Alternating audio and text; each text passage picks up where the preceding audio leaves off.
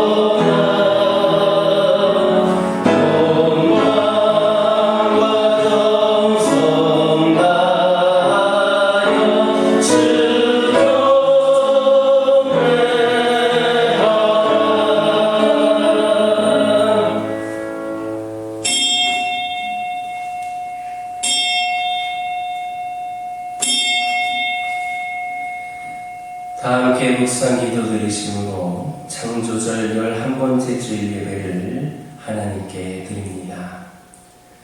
그는 외치지 아니하며 목소리를 높이지 아니하며 그 소리를 거리에 들리게 하지 아니하며 상한 갈대를 꺾지 아니하며 꺼져가는 등불을 끄지 아니하고 진실로 정의를 시행할 것이며 세상에 정의를 세우기에 이르리니 섬들이 그 교훈을 앙망하리라. 아멘. 꺼져가는 등불을 끄지 아니하시는 하나님 아버지, 우리의 영혼이 쇠약하여 세상의 바람으로 등불이 꺼지지 않게 하시고 하나님을 앙망하는 믿음으로 영혼의 등불을 밝게 밝혀주심을 감사드립니다. 오늘도 거룩한 주님의 날 성전에 나와 말씀 듣도록 인도해 주신 줄 믿습니다. 드려지는 예배 시간에 주시는 하나님의 말씀으로 우리의 삶이 더 밝아지고 명랑하여 하나님께 영광 돌리는 성도들 되게 하여 주옵소서. 예수님의 이름으로 기원하옵나이다. 아멘.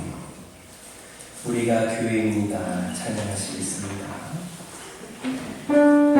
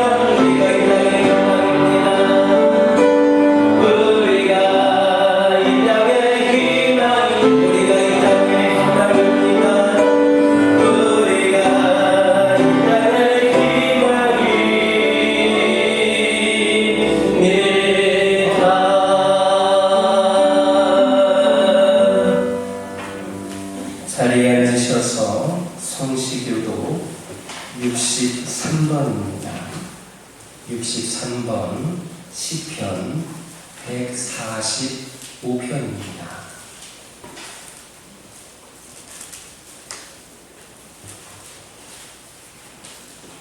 시편 63편, 시편 145편을 교독합니다.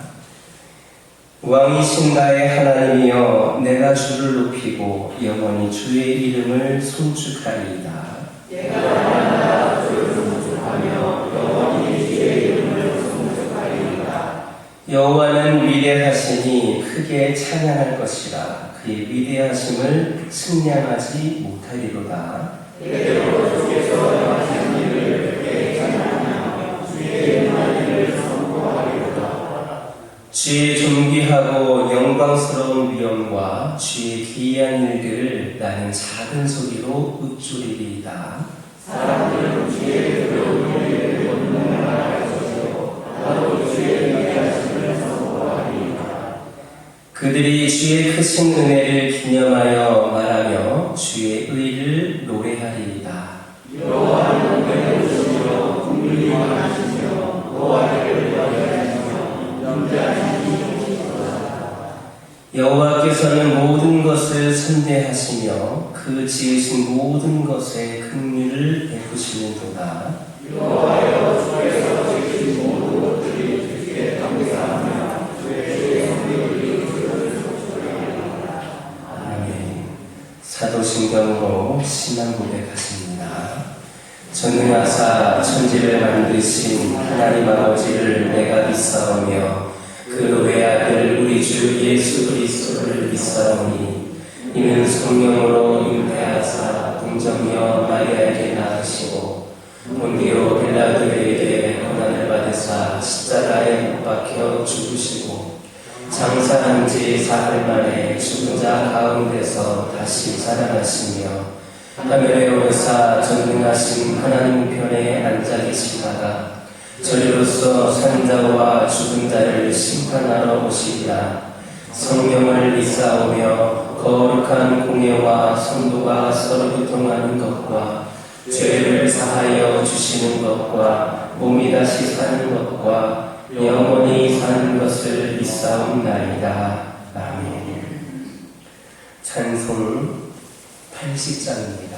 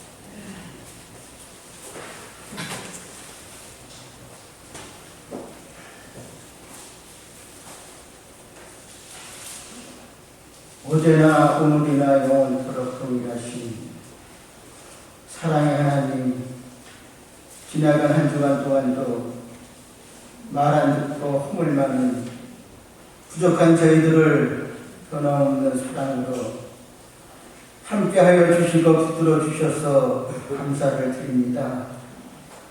오늘도 이렇게 영원히 죽을 수밖에 없는 불쌍한 영혼들을 우리 예수님께서 그 쓰라린 십자가를 지심으로 인해서 그 모든 대속으로 저희들을 구속하여 주시고 이렇게 예배할 수 있는 처소에 불러주셨사오니 아버지와 저희들이 마음과 뜻과 성품을 다해서 영원한 생명을 주시고 저희들에게 항상 복을 베푸시는 우리 좋으신 하나님 앞에 감사하며 예배할 수 있도록 성령으로 인자하여 주시옵소서. 아버지, 세상을 둘러보면 지구상에 죄악과 불순종이 아주 가득한 것을 볼 수가 있습니다. 하나님께서 좋은 뜻에 쓰라고 준 모든 지하 자원을 가지고 그 엄청난 무기를 만들어서 전쟁을 하는 것을 볼 때 얼마나 인간이 똑똑한 척 하지만은 중심적으로 어리석은가를 알 수가 있습니다. 지구상에 있는 핵무기 10분의 1만 터져도 인류는 멸망을 한다고 합니다. 그뿐 아니라 온 지구상의 여행지를 돌아다 보면 곳곳에 서 있는 것이 이방 신전이고 사찰이며 우상 숭배로 가득 차 있는 것을 볼 수가 있습니다. 이 모든 것을 가지고 하나님을 위해서 써야 할 것을 엄한 곳에 낭비하며 죄를 짓는 것이 인간입니다. 그뿐 아니라 그 좋은 일용할 양식을 풍족히 주셨는데도 불구하고 그것을 우상하게 올려놓고 주신 분은 하나님이신데 엄한 곳에 감사하고 영광을 돌리는 것을 볼 때 사람들이 보기에도 한심하고 답답한데 하나님 보시기에는 얼마나 답답한 줄을 저희들이 이해할 수 있게 도와주시옵소서. 그리고 세상 유혹은 점점 더 강력해져서 서구의 모든 교회들은 텅텅 비고 교회들은 빈자리가 늘어만 하는데 술 먹고 춤추고 노래하며 행락하는 곳에는 사람이 차고도 넘쳐서 사람이 사람에 깔려 죽는 그러한 지경에 이르는 것이 이태원의 사고 같은 그런 사고가 세계 곳곳에서 일어나는 것을 볼 때 이것이 마치 바벨탑을 쌓는 소돔과 고모라 같은 세상임을 저희들이 발피할 때 도와주시옵소서. 아버지, 저희들은 구별된 삶을 살게 도와주시옵소서. 당장 육신에 좋고 마음에 기쁜 것만 쫓아다니는 것이 아니라 우리가 갈 세계는 전쟁이 없는 영원한 평화의 나라입니다. 그리고 그곳에는 질병이 없어서 병원도 필요 없고 의사도 필요 없는 나라입니다. 그것은 범죄자가 없어서 형무소나 경찰이 필요 없는 나라를 저희들은 소망하고 삽니다. 아무쪼록 저희들이 이 땅에서 해야 될 것은 내 남편, 내 식구, 내 형제, 이웃들이 이 귀한 나라를 생각하지 못하고 어리석게 사는 그 영혼들을 깨우쳐서 한 사람이라도 더 그곳에 들어가는 복음의 사명이 들 믿사오니 저희들이 복음의 열심을 다하는 교회와 모든 권속들 되도록 하나님께서 붙잡아 주시옵소서. 아버지, 이 시간도 세우신 귀한 목사님 영육간의 간절함을 베풀어 주시옵고 이 시간 전하는 말씀이 저희들이 세상에서 잠든 모든 잠을 깨우게 하여 주시옵고 또 건강에 이상이 있으면은 오직 내가 채찍에 맞음으로 너희가 나음을 입었다는 그 믿음 가지고 우리 예수님께 간절히 매달릴 때 깨끗하게 씻김 받게 하여 주심을 믿고 강건한 삶을 살게 도와주옵소서. 그리고 범사에가 문제가 있습니까? 우리 하나님께서는 뚱치 못할 일이 없사오니 모든 행사를 우리 하나님께 맡겨서 형통한 삶을 살 수 있도록 도와주시옵소서. 이 복되고 거룩한 자리에 참석하지 못한 아버지 믿음의 권속들 어느 곳에 있든지 기억하여 주시옵고, 아버지 교회를 이루기 위해서도 애쓰고 오른손이 하는 일 왼손이 모르게 조용히 봉사하는 손길들을 기억하여 주시옵소서. 아버지 순서 절차마다 홀로 하나님 영광 받아 주실 줄을 간절히 바라보며 이 교회를 세우시고 이 근동의 모든 영혼이 구원받기를 원하시는 우리 구주 예수님의 이름으로 기도드리옵나이다.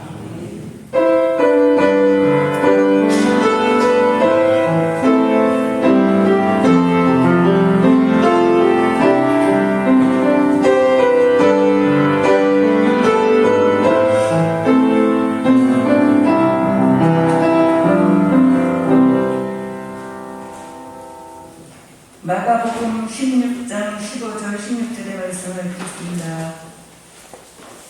또 이르시되 너희는 온 천하에 다니며 만민에게 복음을 전파하라.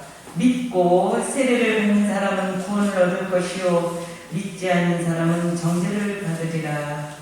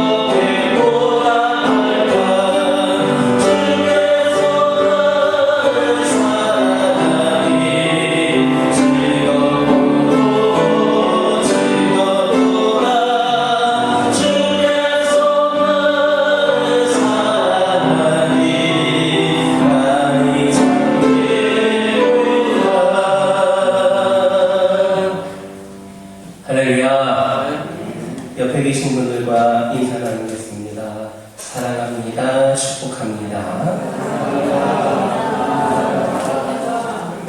다시 한번 인사 나누겠습니다. 오늘도 은혜 받으시기 바랍니다. 할렐루야. 오늘 말씀이 좀 길어질 수 있을 것 같아서 찬송을 조금 줄였습니다. 여러분들 오늘 말씀 드릴 때에 끝까지 정신 바짝 차리고 그렇게 들으셨으면 좋겠습니다. 여러분들이 아시는 것처럼 그리고 기부해 주신 것처럼 저는 지난 한 주간 동안 태국 치앙마이에서 선교하고 있는 박준수, 김경 선교사님의 사역 현장을 다녀왔습니다. 그래서 오늘은 특별히 그동안 이어서 설교해오던 사도행전을 잠시 덮고 지난 한 주 동안 있었던 선교 현장의 이야기를 잠깐 소개하는 것으로 말씀을 대신하고자 합니다.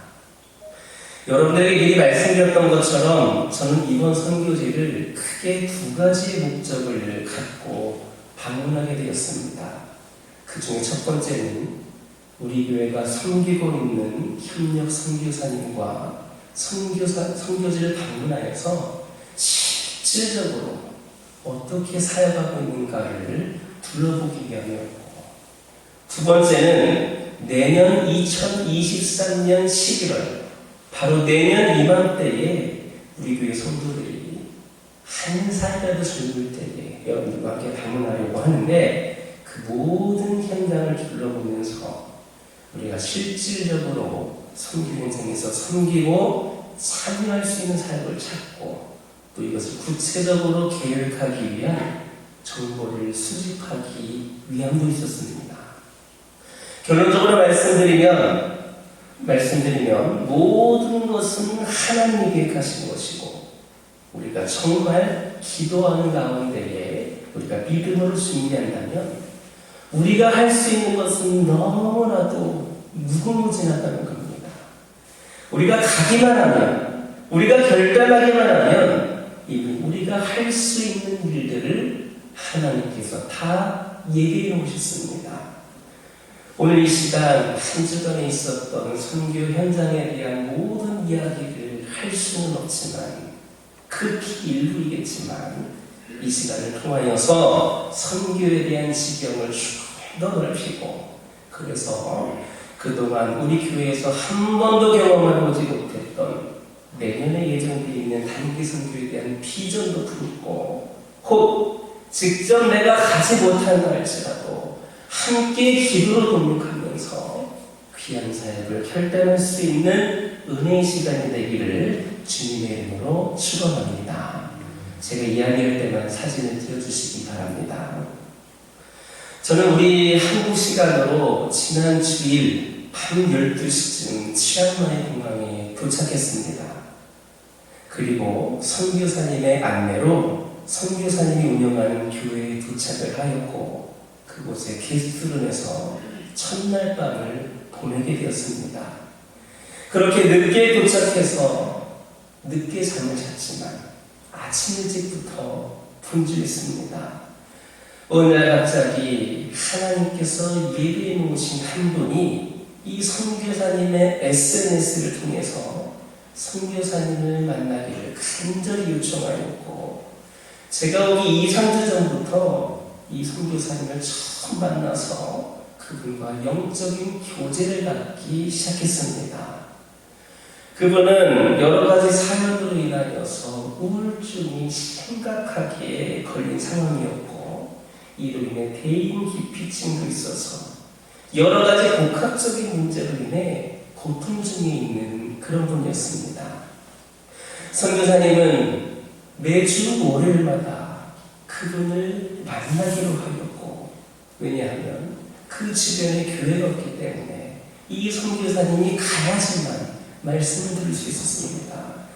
그래서 매주마다 월요일이 되면 천하보다 한 영혼을 귀하게 여기시는 이 하나님의 마음을 생각하면서 왕복 8시간, 대략적으로 우리나라 부산 정도는 왕복할 수 있을 것 같은데, 매주 월요일마다 왕복 8시간을 이동하면서 그분과 교제하고 그분의 이야기를 들어주고 하면서 만남을 이어가는 중이었습니다. 그리고 이번에 그 자리에 제가 동행을 하게 됩니다. 그분은 한국 사람이었고 아내가 태국인이었습니다. 그리고 저의 역할은 선교사님이 그 태국인 아내에게 복음을 전하는 동안에 저는 그 한국 사람, 우울증에 걸려있는 그 사람의 이야기를 들어주고 그분의 마음을 만져주고, 기회가 된다면 그분의 우울증을 이겨낼 수 있도록 기도해 주는 거였습니다. 그동안 선교사님이 그 남편과만 교제하다 보니까 이 태국인 아내에게는 복음을 전할 수 있는 기회가 없었는데 제가 왔으니까 이제 그분이 심각한 우울증을 앓고 있으니까 오늘만 그분이 좀 더 용기를 얻을 수 있도록 상담을 해주라는 것이었습니다. 사실 선교사님도 그분을 잘 몰랐습니다. 이제 만난 지 3주 정도. 오히려 제가 그날 만나고 나서 제가 전부를 다 알려주고 할 정도였습니다. 사실 목회자로서 수많은 영혼들을 만나고 상담하고 돌보고 하지만 한 번도 만난 적도 없고 아는 정보가 거의 없었던 그분을 만난다는 것 쉬운 일 아닙니다. 그러다가 도착을 하였더니 거의 점심때가 돼서 도착을 하니까 미리 식사를 준비해 주셔서 제가 식사 기도를 하게 되었는데 사실 식사 기도보다는 그 한 영혼의 마음을 열어주시고 그분의 마음을 주님께서 만져달라고 하는 그런 기도가 주를 이뤘습니다. 그랬더니 그분이 얼마나 크게 아멘이라고 외쳤는지 기도하면서 깜짝 놀랐습니다. 그러면서 저는 그분을 위해 간절히 기도하면서 됐다. 이거면 충분하다. 이제 뭔가 이야기할 수 있겠다. 우리 하나님이 그분의 마음을 열어주셨고 우리 하나님이 그분을 또 만져주실 거다. 난 그저 하나님이신 감동대로 이끄시는 대로 그분과 교제하면 우리 하나님께서 다 해주실 거다. 이런 확신이 들었습니다. 이야기를 하면서 하나님이 그분의 마음을 열어주셨고 그분이 어떠한 삶을 살아왔는지 그동안 어떠한 심각한 어려움을 겪고 있었는지 그분의 이야기와 살아왔던 이야기, 힘들었던 과정들을 다 이야기해 줬습니다. 그분의 이야기만 듣는 것만 한 2시간이 걸렸던 것 같습니다. 그분은 수원의 모 기업의 AS 부분을 전담하는 회사의 고위급 인사였습니다. 6명의 주주가 있었는데 그 중에 한 명이 이분이었습니다. 회사도 잘 됐고 그분은 그 중에서 한 분야의 고급 기술과 실력을 갖춘 인물이었습니다. 그래서 그대로만 살면 큰 문제 없이 풍족하게 살 수 있었던 그런 분이었습니다. 그런데 이분이 양심적으로 기업을 이끌어가려 하다 보니까 함께 일하는 나머지 5명의 주주들과 갈등이 생기게 됩니다. 너만 모르는 척 하는데 너만 모르는 척 누가 보면 우리가 많은 돈을 만들 수 있어. 예를 들면 AS 공장이다 보니까 차량을 수리하는 곳이다 보니까 그 부품은 이 사람이 볼 때에는 그 부분의 어느 한 부분만 그것을 고쳐주면 되는데 어느 누가 오더라도 그냥 그 부품을 통째로 갈아버리다 보니까 이윤을 2배, 3배, 4배를 챙길 수 있는 겁니다. 내가 볼 때에는 그 작은 부품 그거 하나만 바꾸면 되는데 자꾸 이 회사에서 요구하는 것은 너만 눈 감으면 돼. 너만 눈 감으면 우리가 5배, 6배의 수익을 낼 수 있어 라고 하면서 유혹을 하는 겁니다. 양심적으로 일하려고 하다 보니까 그들과 갈등이 생겨나게 됐고 그들을 통하여서 점점 상처를 받게 되었고 그 상처가 덧나기 시작합니다. 결국에는 그 일 가운데에 심각한 우울증이 생겨나기 시작하였고 대인기피증이 생겨나게 됐습니다. 그 힘들었던 상황들, 외롭던 상황에 지금의 태국인 아내를 만나게 됩니다. 그래서 만나는 중에 많은 위로를 얻게 되었고 결국엔 부부의 인연을 맺게 됩니다. 그러나 그것 또한 순탄한 삶으로 이어지지 않았습니다. 그 아내분이 과거에 그 태국에서 한국으로 들어오는 과정에 문제가 있었는데 그것을 맡아서 담당하던 사람이 붙잡히게 되었고 그 사람의 메모장에 이 아내의 이름이 적혀 있었습니다. 그리고 그 문제를 해결하기 위하여서 이 사람이 그동안 모아 있었던 돈 중에 큰 돈을 물어야 되는 그런 상황이 생긴 겁니다. 그동안 고생해서 스트레스 받으면서 정말로 그렇게 우울증이 걸리면서 모아왔던 그 돈을 그 문제를 해결하는데 사용하게 됩니다.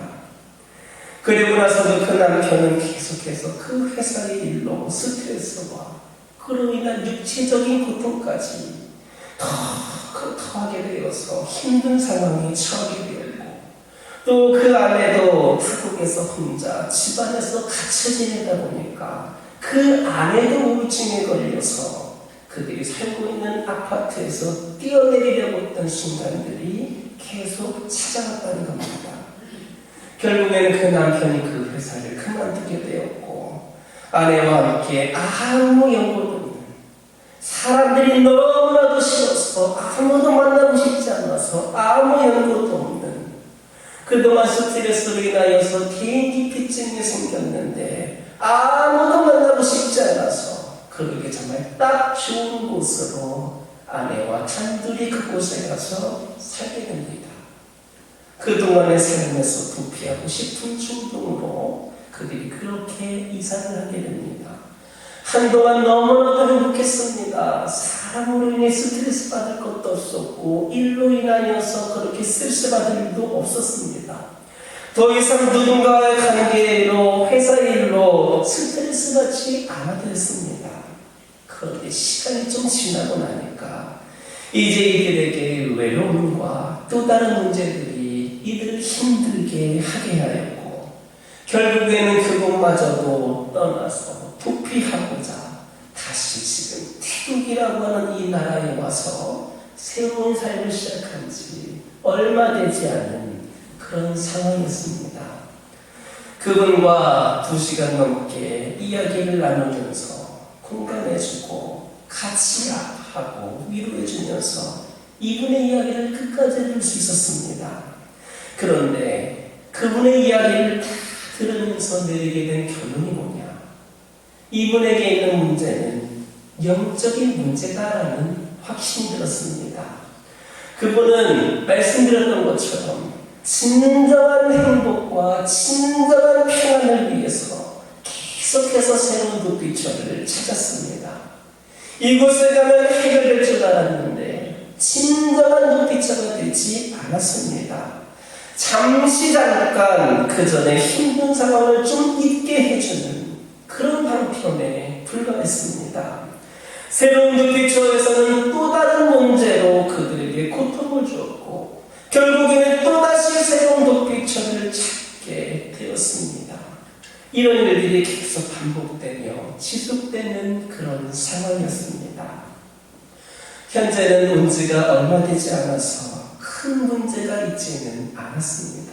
우울증도 좀 나아지는 상황이었고 대인기피증도 좀 나아지는 상황이었습니다. 그분의 이야기를 다 듣고 그때 제가 그분에게 이런 말을 했습니다. 그 내용을 간단하게 요약해서 말씀드리면, 지금 현재 그래도 평안하시다고 하니까 참 다행입니다. 그런데 형제님, 죄송하지만 이렇게 새로운 도피처에 오셨는데 머지않아 또다시 힘든 상황이 오지 않을까 염려가 됩니다. 지금 아내랑도 너무나도 행복하다라고 말씀하셨는데, 그래서 아내 때문에 이렇게 태국이라고 하는 태국말 한마디 못하면서 이곳까지 와서 이렇게 새로운 도피처로 오게 되었는데, 그동안 그러셨던 것처럼 또 어려운 문제들, 내가 알지 못했던, 그동안 겪지 않았던 또 다른 문제가 생겨날지 염려가 됩니다. 지금은 괜찮지만 형제님이 가장 사랑하는 아내와 앞으로 또 문제가 생길 수도 있고, 또 알지 못하는 그런 문제들이 생겨날 수도 있습니다. 왜냐하면 계속해서 우리 형제님은 도피처만 찾아다녔지 근본적인 문제를 해결하는 것이 아니기 때문입니다. 진정한 도피처는 우리 주 예수님이십니다. 내 안에 예수님이 계시면 아무리 힘들고 어려운 일이 될지라도, 끊임없이 몰려온다 할지라도 그 지옥 같은 삶에서 제가 여러분들에게 말씀드렸던 것처럼 하나님 나라를 경험할 수 있습니다. 그렇게 말씀드렸습니다. 그때 그분이 눈물을 흘리면서 말합니다. 맞아요, 목사님. 저는 사실 얼마나 교회를 열심히 다니는지 모릅니다. 회사가 끝나면 늘 교회에 가서 내가 할 수 있는 일이 무엇이 있을까 하며 일을 찾아서 했고, 고칠 것이 있으면 고쳤고, 늘 자기 입에서는 찬양이 흘러나왔다는 겁니다. 그때가 가장 행복했던 것 같습니다. 목사님, 사실 제가 교회도 잘 다니지 못했지만 지금 이 아내도 교회에서 만났습니다. 목사님 말씀 들어보니까 제가 진정 중요한 것을 잊고 살았던 것 같습니다. 제가 개인적으로 정말 안타까운 건 뭐냐, 그분은, 우리 선교사님은 치앙마이이고 이분은 그 옆에 치앙라이라고 하는 지역이 있습니다. 아까 왕복 8시간이 걸린다고 했잖아요. 지옥이 다르기 때문입니다. 그런데 그 근방에, 물론 좀 더 나가면 있을지 모르겠지만 그 근방에 교회가 하나도 없는 것이 너무나도 안타까웠습니다. 불교 국가다 보니까 절은 많은데 이분의 그 영적인 욕구를 채워줄 수 있는 그런 상황과 형편이 되지를 못했습니다. 그래서 그 상황을 잘 아는 우리 그 박준수 선교사님이 매주 월요일마다 왕복 8시간에 걸쳐서 이분을 만나기 위해서 오는 것이었습니다. 그리고 그런 상황 때문에 이분이 선교사님에 대한 미안한 마음을 너무나도 크게 갖고 있었습니다. 자기 때문에 선교사님이 고생한다는 겁니다.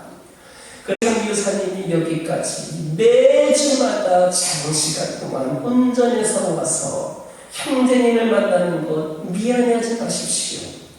선교사님 물론 육체적으로 힘들겠지만 천하보다 귀한 형제님과 영적인 만남을 매주 이렇게 할 수 있다는 자체가 행복일 것입니다. 그러려고 선교사님이 이 태국 땅까지 온 겁니다. 선교사님에게도 그게 기쁨입니다. 태국에서 그런 영혼을 하나 만나는 게 얼마나 힘든데 우리 형제님 만난 자체가 행복입니다. 그러니까 선교사님과 매주 꼭 만나시기 바랍니다. 그래서 영적인 교제를 통해 우리 주 예수님의 사랑과 그에 대한 이야기를 계속해서 듣고 은혜를 나누시기 바랍니다. 그래야 형제님도 살고 가정도 삽니다. 그리고 우리 형제님을 통하여서 그 동네에 언젠가 교회가 생겨지기를 원합니다. 지금은 양육받고 있지만 영적인 동역자로 성장했으면 좋겠습니다. 그분의 표정이 밝아졌습니다. 잃어버렸던 무언가를 다시 찾은 듯한 그런 표정이었고, 우울증과 대인기피증이 있었던 그분에게 그동안 볼 수 없었던 웃음이 보이기 시작했습니다. 전날 태국방에 도착했기 때문에 아침 일찍 장시간을 이동하는 것이 힘든 여정이었지만 그렇게 하나님이 주신 은혜로 다시 돌아가야 하는 그 4시간이 길게 느껴지지를 않았습니다. 기쁜 마음으로 숙소를 향해 돌아올 수가 있었습니다. 이제 사진 띄워도 됩니다. 이곳이 바로 그분이 지어서 살고 있는 집입니다. 넘겨주세요. 여기는 그분의 아내가 미용기술을 배워서 동네에 미용실을 운영하기도 하고 저 안이 카페이기도 합니다. 그래서 앞으로 우리의 계획은 선교사님과 계획은 이곳을 통하여서 미용공사도 하고, 사실 여기 사진에 보이지 않지만 이 태국의 다른 곳과 다르게 참 영적인 분위기가 얼마나 좋은지 모릅니다. 그래서 이것을 통하여서 이 지역에 우리가 흔히 말하는 예수말이 되었으면 좋겠다라고 하는 그런 소망을 품고 그렇게 돌아왔습니다. 다음 사진 보겠습니다. 저 부분은 제가 그분에게 열변을 토하고 있는 장면인데 그렇게 보이는지는 모르겠습니다. 이렇게 둘이 만나서 2시간 넘게 교제를 했습니다. 넘겨주세요. 그리고 집 앞에서 마지막 그분과 선교사님과 제가 기념사진을 찍었습니다. 바로 이것이 그분을 만나는 여정이었습니다. 제가 방문했던 기간 중에 3일 정도가 러이크라똥이라고 하는 중국 전통 명절 기간이었습니다. 뭐냐? 물의 신에게 감사를 드리는 그런 절기인 겁니다. 불교이기도 하지만 뭐 그런 토속적인 것도 많더라고요. 그래서 전공인들이 강가에 나와서 풍금을 띄워서 소원도 빌고 뭐 그런 축제들이 있었습니다. 그래서 전 각지에서 학교에서나 가정에서나 어디에서나 그것을 기념하는 행사들이 열렸습니다. 그래서 둘째 날 오전에 잠시 우리 박준수 선교사님이 방과후 교실을 운영하고 있고 또 우리 김은경 선교사님이 한국어 교실을 하는 요즘 한국이 대세입니다. BTS가 있는 나라에서 왔다 보니까 학교가 들썩이더라고요. 그만큼 한국이 대세인데 한국어 교실하는 그 학교의 초청을 받아서 학교에서 하는 러이크라똥 행사에 참여를 하게 되었습니다. 그래서 그 학교에 전교생이 370명, 교사까지 한 400명 정도가 되었는데 우리 교화교회와 또 몇 번의 성도님들이 주신 물질을 가지고 전교생에게 우리 돈으로 한 개에 400원 정도 하는 그러한 과자를 선물로 줄 수가 있었습니다. BTS가 있는 나라에 한 분이 오셨는데 우리에게 또 이렇게 간식을 주고 가네. 얼마나 그를 기뻐했는지를 모릅니다.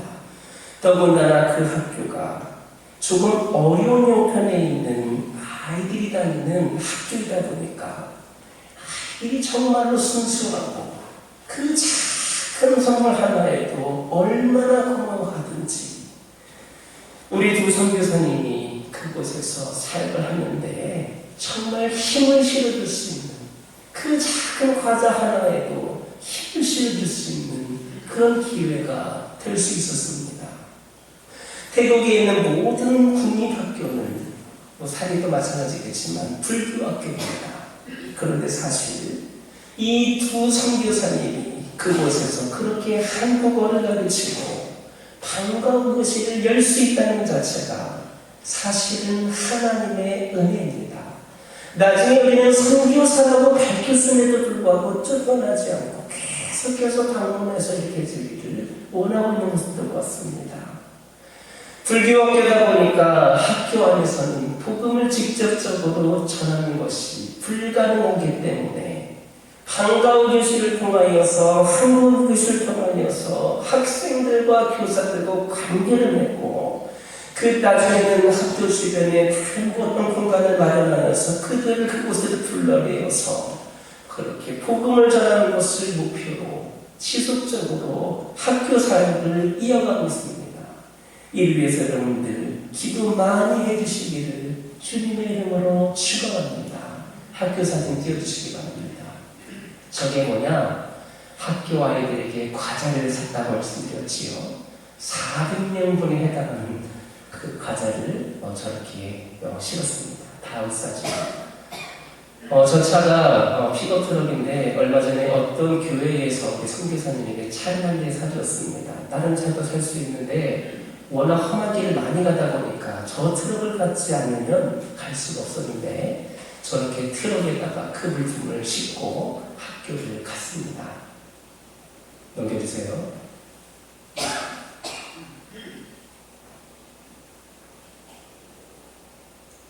네. 흔히 이런 거를 방송사고로 하죠. 앞으로 나올 사진들 보면 그 학교 러이크라똥 행사를, 네, 여기에 학교 건물입니다. 그 학교 본 건물이고 넘겨주세요. 아마 그 다음을 보게 되면 방과후 교실을 하는 그 건물 사진이 나옵니다. 네, 보시죠. 방과후 교실. 여기에서 우리 박준수 선교사님이 여기에서 방과후 교실 매주마다 간식을, 매주가 아니라 간식은 매일 제공합니다.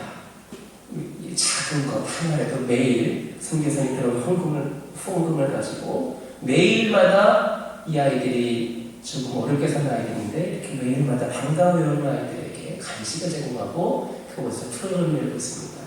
또 넘겨주실까요? 네, 방과후 교실 옆에 건물 사진이고요. 그 다음 이 안이 방과 의식이 하는 공간입니다. 넘겨주세요. 그리고 이제 교장선생님 나와서 너희들하고 행사를 하는 그 곳입니다. 여기 한 400명이 가까이 모여 앉아 있습니다. 다음 행사 우리 선교사님하고 물품을 사갔거든요. 그 중에서 시상식을 해서 선물을 사갔는데 우리 선교사님들이 그들에게 전달을 하고 사진 찍은 사진입니다. 넘겨주세요. 여기는 바로 그 학교 선생님 몇 분과 같이 찍은 사진입니다. 그 다음에 방문하게 된 곳은 가족교회입니다. 가족교회라고 선교사님이 이름을 붙여줬는데 그 많은 사연이 있습니다. 한 가정집에서 6개월 전부터 두세 가정이 모여서 예배를 드리기 시작했습니다.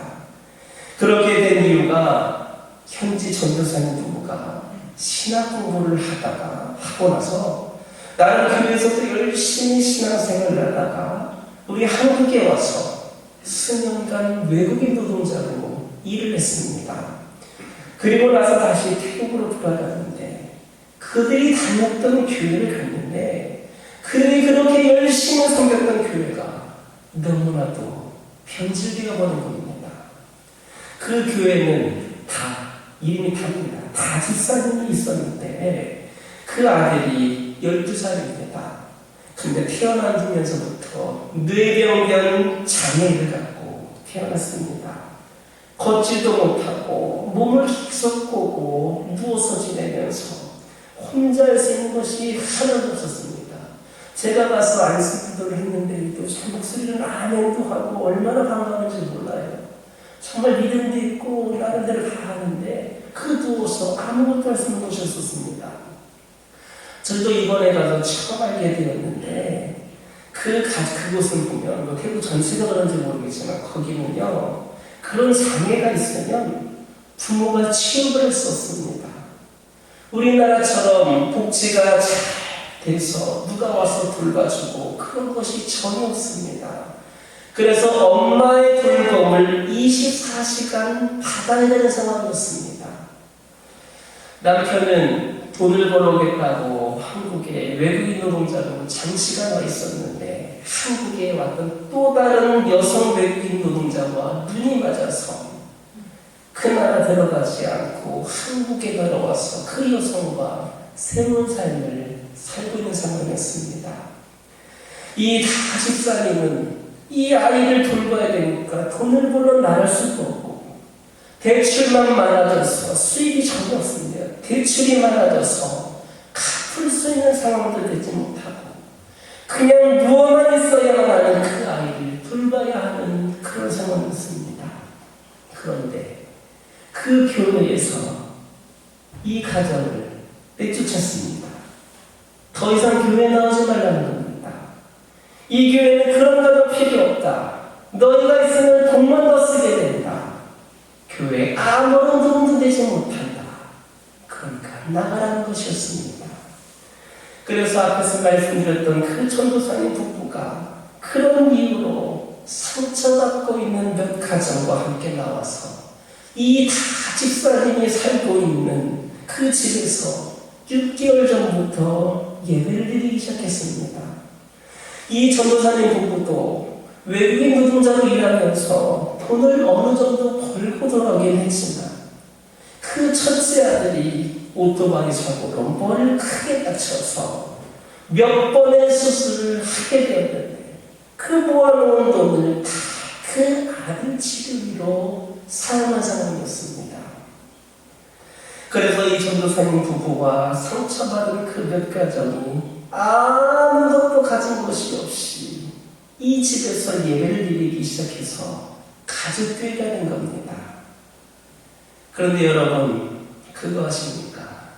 그렇게 눈물 있는 교회이고 그렇게 간절함이 있는 교회이고 순수한 믿음으로 오직 우리 주 예수 그리스도만 생각하며 하나님께 예배를 드리다 보니까 그 가운데 하나님의 은혜가 임했고 그 가족교회 그 집에서 예배드리는 인연이 6개월 만에 40년이 되었습니다. 태국이라고 하는 나라에서 있을 수가 없는 일입니다. 기독교 인구 비율이 0.6% 1% 2%인 줄 알았는데 이단 포함하고 천주교 포함하고 다 포함하니까 1%인 것이지 실질적으로는 0.2%라고 합니다. 그 태국 땅, 불교 국가인 그 땅에 그렇게 단시간에 40명이 예배를 드리게 된 것은 정말 하나님의 은혜가 아니고서는 불가능한 일입니다. 그리고 더 놀라운 것은 그 가족교회의 부흥이 지금이 40년이지 그걸로 멈춘 것이 아니라 지금도 계속해서 되고 있다는 겁니다. 감사한 것은 그 지역 마을이 전도할 수 있는 최적의 분위기와 조건이 이미 조성되어 있다는 겁니다. 그래서 그 가족교회에 기도 제목 많이 있지만 그들 가진 것 없지 않습니까? 그들 교회에서 버림받아서 세운 교회들 아닙니까? 여러 가지 기도 제목들 많지만 그 중에서도 이들의 가정에서 예배를 드리다 보니까 이 40명이 예배드리기에는 너무나도 힘든 상황이 되어버렸습니다. 또 아이들도 많아졌습니다. 그 좁은 공간, 그 가정집 좁은 공간에서 그렇게 예배드리다 보니까 정신없이 힘겹게 예배를 드리는 겁니다. 그리고 그들은 그곳에 오직 예수 그리스도를 의지하여 하나님께 예배드릴 수 있는 교회가 세워지기를 기도하고 있었습니다. 그래서 이곳에서도 우리 교회와 몇 분이 주신 그 물질로 큰 금액은 아니지만 그 작은 힘을 전달하면서 그들에게 죽음이 남아 위로하고 격려해 줄 수가 있었습니다. 앞으로도 우리 교회가 선교하는 교회로서 우리 성도들 선교하는 성도들로서 인류에 함께 기도하고 그 은혜에 동참할 수 있는 동역자들이 될 수 있기를 주님의 이름으로 축원합니다. 가족교회 사진 보겠습니다. 저게 그 가정입니다. 사실은 커 보이긴 하지만 남편이 외국인 노동자로 가기 이전에 무리하게 앞으로 외국인 노동자로 가서 돈을 많이 벌어올 거니까 크게 대출을 받아서 산 집입니다. 그래서 오늘 가면 뭐 실제로 이렇게 활용을 하지는 않지만 저곳에서 예배를 드리고 있습니다. 다음 사진 볼까요?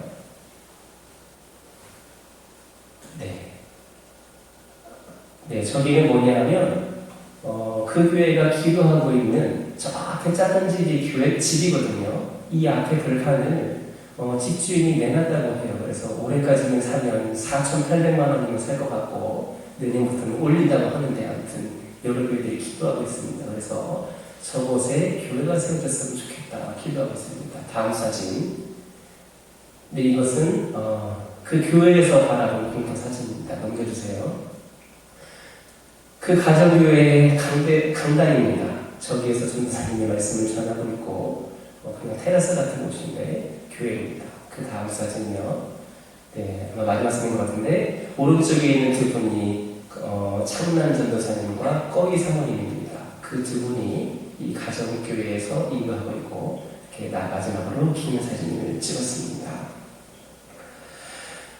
그 다음 날은 어쩌면 이번 선교답사에 있어서 가장 중요한 일정이다라고 생각할 수 있는 산속에 살고 있는 카렌족을 찾아갔습니다.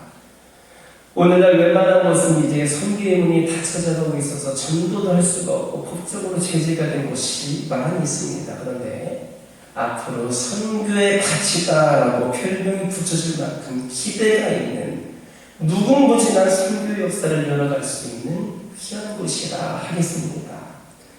그런데 그런 기대가 있는 만큼 찾아가기가 너무나도 힘든 곳입니다.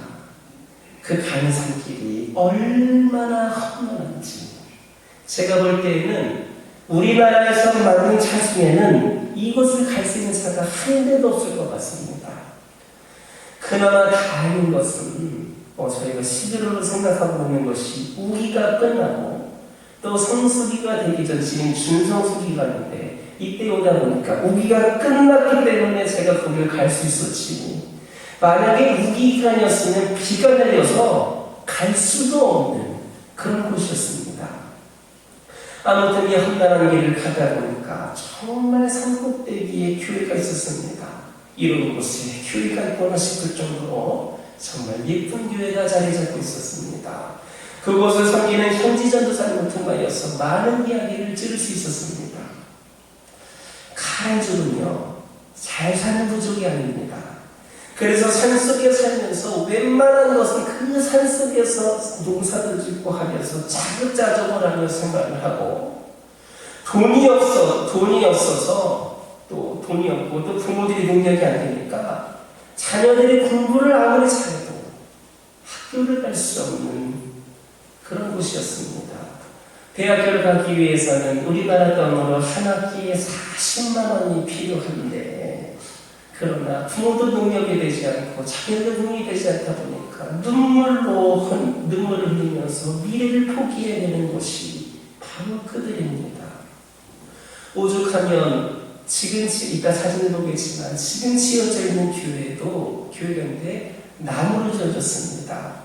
그 교회를 지을 때에 이들이 돈이 없으니까 먹고 살게 되니까 1년 동안 돈을 모아서 나무 판자 같은 거 긴 거 있지 않습니까? 그것으로 것도 아니고 그 나무 같은 거 우리나라 합판보다는 못한 건데 그거를 1년마다 돈을 모아서 2-3개씩 사서 올해 여기까지 올려놓고 그 다음에 이렇게 하고 하면서 그렇게 붙여서 그렇게 이 교회를 짓는 데만 수년이 걸렸습니다. 그런데 안타까운 것은 나무로 지어져 있다 보니까 흰개미들이 이 나무를 갉아먹어서 교회를 파손하는 부분도 생기고 오랜 시간 동안 돈을 모아서 또 그 부분을 보수하고 있는 그런 상황이 반복되었습니다. 그들도 먹기 힘든 상황에서 그렇게 1년에 나무 판자 몇 개를 사서 올리면서 교회를 짓고 그 보수하고 예배드리는 모습이 얼마나 짠했는지 모릅니다. 그러면서 그들이 기도하는 것이 지금 이 교회가 흰개미로 인해 파손되어 가고 있고 결국 또한 이 나무도 언젠가는 썩게 될 것인데 다른 교회들처럼 다른 시내 있는 교회들처럼 우리도 콘크리트로 교회를 지어서 정말 하나님의 성전이 튼튼하게 안전하게 지어서 걱정 없이 예배를 드리고 싶다라고 하는 그런 기도 제목이 있었습니다. 또 이 부족들의 삶 가운데 특징 관련된 게 있는데 얼마 전에 다른 선교사님을 통하여서 인근에 새로운 교회가 세워졌다고 합니다.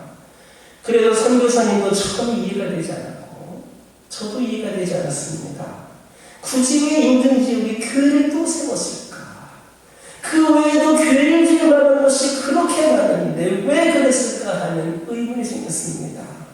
알고 봤더니 이 교회에 다니는 가행족들이 주변 깊은 산 속에서 살면서 그 험난한 길을 편도로 걸어서 이 교회까지 오는데 2-3시간이 걸려야 교회를 옵니다.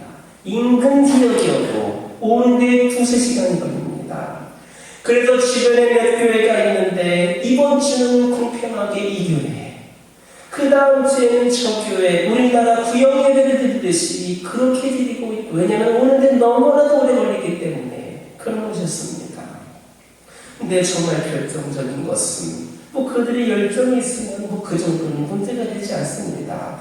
예배를 사모하는 않기 때문에 어디서 예배를 드려도 문제가 되지 않습니다. 하지만 여러분들도 이제 내년에 가보시면 알겠지만 비가 내리는 우기에는 이 험난한 길을 갈 수가 없습니다. 토사가 흘러내리고 길도 험하고 물도 쏟아지다 보니까 이동하는 자체가 너무나도 위험한 정도를 떠나서 그곳까지 이동할 수 없기 때문에 만약에 그들 가까운 데에 허름한 교회라고 있지 않으면 아무리 예배를 드리고 싶어도 그 우기 동안에는 수개월 동안 예배를 드리지 못하는 그런 좀 특이한 지형적인 조건 가운데 있었습니다. 그러다 보니까 작은 교회가 할지라도 그렇게 교회가 있어야 그 험악한 지형에서 예배를 드릴 수 있는 것이었습니다. 여러분들에게 상상이 되십니까? 그들이 먹고 살기 힘든 가운데에서도 그렇게 나무 조각이 몇 개 하는데도 1년이 걸림에도 불구하고 그들이 그렇게 교회를 세우는 곳에 우선순위를 두고 있다는 것, 그만큼 예배에 대한 사모함 때문이 아니겠습니까? 와서 먹을 거를 사다가 돈을 달라 이게 아니라 그 교회에 우기가 되면 예배를 못 드리니까 예배를 드리고 싶은 마음에 그렇게 또 교회를 짓는 겁니다. 저는 그 교회에 가서 소망을 가질 수 있었던 것은 그 산꼭대기에 어린이들의 예배가 드려지고 있었습니다. 그 아이들의 신앙교육이 진행되고 있었습니다. 그 험난한 산 가장 밑에 초등학교가 있었고 이 아이들이 주일되는 교회에 나와 예배를 드리고 상황은 열악하지만 그곳에 다음 세대들을 믿음으로 세워갈 수 있는 그런 일들을 하고 있었습니다. 복음화율이 0.6%가 안 되는 그곳에서 소망을 품을 수 있는 이유입니다. 하나님께서는 이런 예배의 열정과 다음 세대를 말씀으로 세워가기를 소망하는 이들의 삶을 기쁘게 보시고 분명 이들을 통하여 놀라운 하나님의 역사를 쏘아가실 겁니다. 여러분들도 이들을 위해 기도해 주시고 이 열악한 상황에서도 오직 예배와 복음을 사모하는 그들의 신앙에 도전받을 수 있기를 주님의 이름으로 축원합니다. 카렌 목사님 보겠습니다. 이거는 카렌 사진이 아닌 것 같은데요. 이건 고아원 사진입니다. 카렌 사진 열어주십시오. 아마 교회 사진부터가 제일 먼저 나올 겁니다. 네.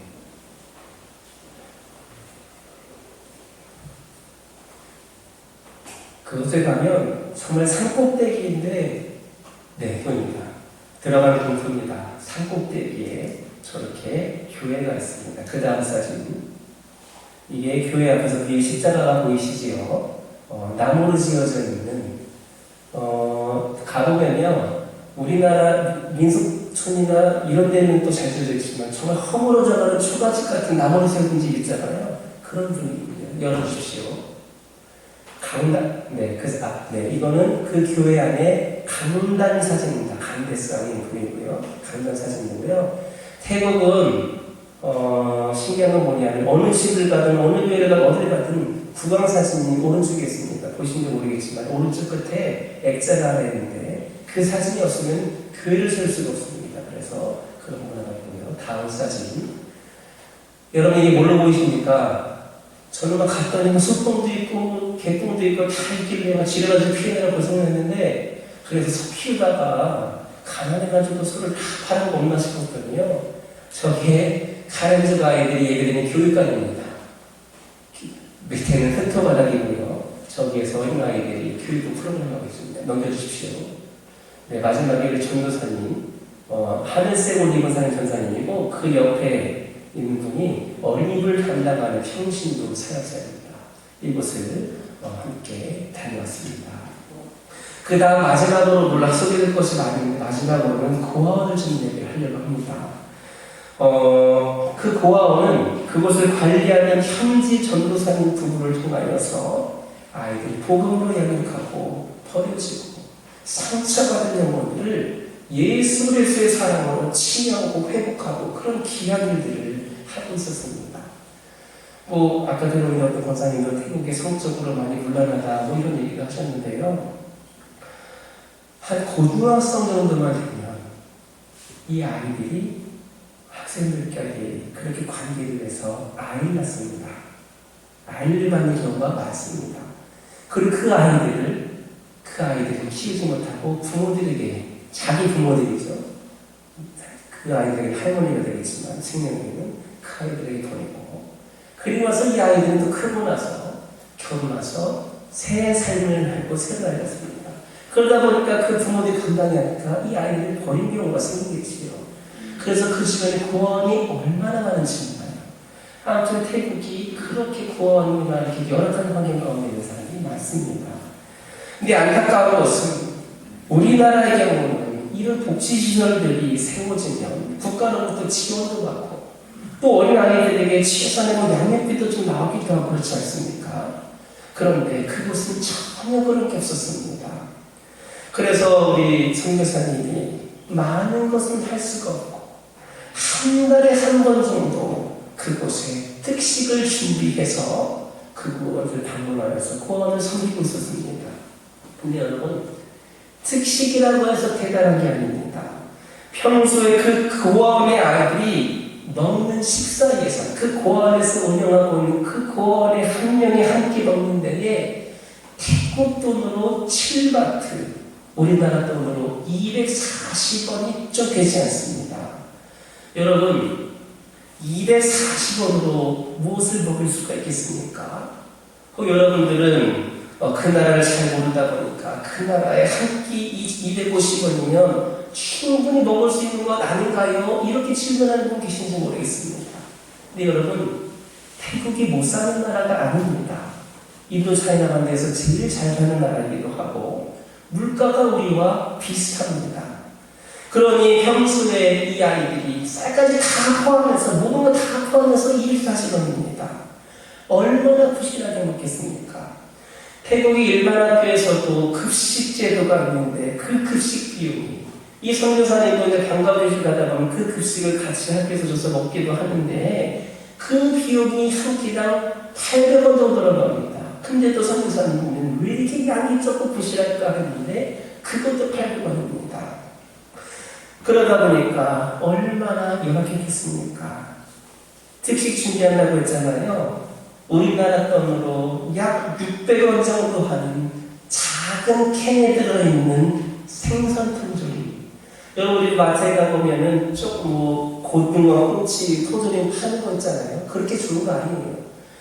되게 작은 사이즈인데 요구르트보다 조금 큰 사이즈인 것 같아요. 그 생선 통조림에다가 그 나라 고추를 쏙쏙 넣어서 그대로 비벼서 밥을 주는 거, 그게 특식입니다. 그거를 얼마나 기대하는 생각이에요. 그 생선 깡통 하나 600원짜리에다가 고추 조금 올려놓고 그거를 비벼 먹는 게 특식입니다. 그 정도의 음식도 한 달에 한 번 먹을까 말까. 이 선교사님이 아니었으면 그것도 못 먹었겠지요.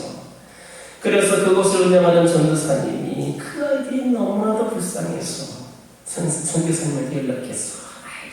아이들이 고기 한 번 먹어본 적 없는데 실제로 고기 사주는 거는 꿈도 꿀 수 없으니까 그렇게라도 한 번 사주면 안 되냐고 해서 시작이 된 겁니다. 전도사님이 운영하는 곳입니다. 미국인 선교사가 세웠지만 그들도 그걸 다 손놓고 하다 보니까 그럴 것입니다. 아마도 내년에 그 고원을 여러분들과 방문하게 될 겁니다.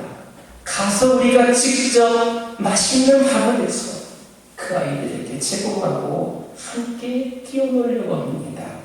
그래서 그들이 이를 통하여서 하나님의 사랑을 느끼고 그 감격으로 하나님 깊이 만나는 은혜의 통로가 될 수 있기를 주님의 이름으로 축원합니다. 고원 사진 보여주십시오. 사진으로 되게 크게 보이시죠? 저게 그 생선 깡통입니다. 우리나라 그 요구르트 얼려 먹는 요구르트하고 좀 큰 사이즈가 있는데 딱 그 사이즈입니다. 저거 하나에다가 고추를 쏙쏙 몇 개 썰어서 밥을 비벼 먹는 게 특식입니다. 다음 사진이요. 저렇게 또 마트에서 잔을 봐서 저 밑에는 컵라면이에요. 우리나라 보면 작은 컵에 들어있는 태국식 컵라면. 저거를 사서 여러분들이 주신 물질과 교회에서 주신 물질을 통해서 또 이렇게 숨길 수가 있었습니다. 다음 사진이요. 네, 그 라면 사진입니다. 그 다음이요. 네, 저게 고아원의 공간입니다. 넘겨주십시오. 그리고 고아원 앞에 컴퓨터. 그 다음, 저게 이제 아이들이 생활하고 있는 숙박 장소라고 보시면 되겠습니다. 처음에 이제 잘 지어졌는데, 이제 많이 지원이 되지 않다 보니까 지금도 그 재단에서 지원이 들어오는데 오락가락하니까 이렇게 바뀔 수 없습니다. 그 다음 사진이요. 하도 수입이었으니까 들어오는 게 없으니까 파트 만들어서 자급자족 하려고 뭐 심어서라도 주려고 전사님 부부가 저렇게 시작을 했습니다. 네. 이게 이제 뭐 그 외에도 많은 내용들이 있는데 뭐 그러다 보면 오늘 밤을 새야 되겠지. 그래서 이 정도까지만 제가 사진 준비했는데 며칠 동안 성경 답사를 하면서 사실 하고 싶은 게 아니라 너무나도 많습니다. 지금도 시간이 많이 지났는데 신학의 사항 다 하지 못합니다. 그 은혜와 감동이 얼마나 충만한지 모릅니다. 그래서 우리는 선교를 해야 합니다. 그리고 우리는 또 그곳에 가봐야 합니다. 가봐야 합니다. 그리고 그곳에 하나님의 역사가 있는 것을 우리가 경험할 수 있기 때문입니다. 선교는 하나님의 지상명령입니다. 하나님이 원하시는 일입니다. 선교는 여러 가지 모양으로 참여할 수 있습니다. 짧은 시간이나마 직접 가서 몸으로 섬길 수도 있고 기도와 물질로도 섬길 수 있습니다. 우리 교회는 선교하는 교회입니다. 이 사명 귀하게 감당하는 가운데에 우리 교회도 더욱 은혜가 가득하고 감동 있는 교회가 될 수 있도록 함께 기도하고 노력하는 저와 여러분들을 주님의 이름으로 축원합니다. 기도하겠습니다. 사랑의 하나님 감사드립니다. 우리 교회가 선교하는 교회로 비전을 품고 사역 감당할 수 있도록 인도해 주시는 감사드립니다. 우리가 우리 안에만 울타리만 머물리지 않게 하여 주시고 늘 주님이 주신 지상명령 하나님 원하신 일을 끝까지 감당하기에 부족함이 없는 교회, 이를 통하여 은혜받는 교회, 성령 충만한 역사가 있는 교회가 되게 하여 주옵소서. 예수님의 이름으로 기도드립니다. 봉헌 찬송 510장입니다.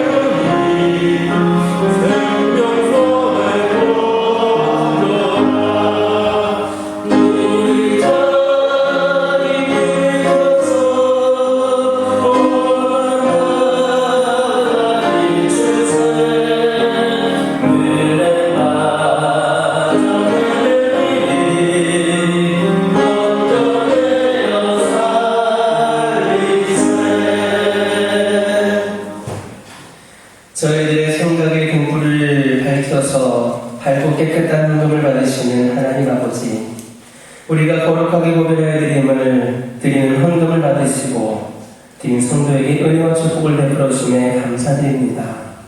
세상 사람들은 육신을 위하여 돈을 모을지라도 우리는 하나님의 영광을 위하여 돈을 벌어 거룩하게 구별하여 봉헌하는 성도들 되게 하여 주옵소서. 드릴 때마다 하나님의 은총에 그저 감사하여 헌금을 봉헌하게 하옵소서. 교회를 부흥시켜 주실 영원하며 11조 예배를 드립니다. 떠드는 나그네 같은 인생을 집계불로 밝히는 파수꾼 삼아주신 은혜를 감사드리며 예물을 드립니다. 주님께서 받아 주옵소서. 하나님 나라와 주의 몸된 교회가 부흥되게 하시는 하나님, 주님께 무릎 꿇고 순종하겠다는 믿음으로 예를 드리며 주일 예물을 드립니다. 감사 예물, 상도 예물, 구제 예물을 드립니다. 이를 통하여 우리가 더욱 나눔과 섬김의 동봉자가 되게 하여 주옵소서. 병마와 실패의 보따리를 들고 나온 자들, 깊은 자들의 수렁에서 돌파구를 닫지 못하고 무거운 예를 드린 자녀들, 이들을 기억하여 예고모림의 시행대를 열어주시고 장래의 밝은 소망을 안고 힘차게 돌아갈 수 있도록 인도하여 주옵소서. 예수님 이름으로 축복하며 기도드립니다. 교회 소식 전해드립니다. 가을이다 보니까 확진자가 많아지고 있다고 들었습니다. 여러분들의 건강에 유의하시기 바랍니다. 지난 한 주간 태국 선교답사를 위해 기도해 주시고 후원해 주시고 또 여러 가지 헌신해 주신 분들께 감사의 말씀 드립니다. 다음 주 주일은 추수감사주일입니다. 제가 우리 여신대 남신부의 단톡방에 올리고 있는데 단일 기도회가 진행 가운데 있습니다. 매일은 아니더라도 꼭 한 번씩은 들으면서 여러분들 선교의 회고가 입구에 비치되어 있습니다. 가져가셔서 선교의 지경을 넓힐 수 있는 기회가 되시기를 바랍니다. 주부에는 제가 올리진 않았지만 지난 한 주 동안에 장례를 치렀던 우리 한사도 집사님 가정에 나와 계십니다. 하나님의 위로가 있기를 바라고 여러분들도 기도해 주셔서 함께 해주셨으면 좋겠습니다. 방송국 모임이 있고요. 남신도에 오늘 점심시간 후에 창고 정리 작업이 있습니다. 남녀신도의 총회가 다음 주에 있습니다. 여러분들 준비해 주시고 내년을 또 계획하는 내년 시간이 되시길 바랍니다. 옆에 계신 분들과 인사 나누겠습니다. 한 주간에도 승리하시기 바랍니다. 다 같이 일어서셔서 주기도 음성으로 하나님께 영광을 드립니다.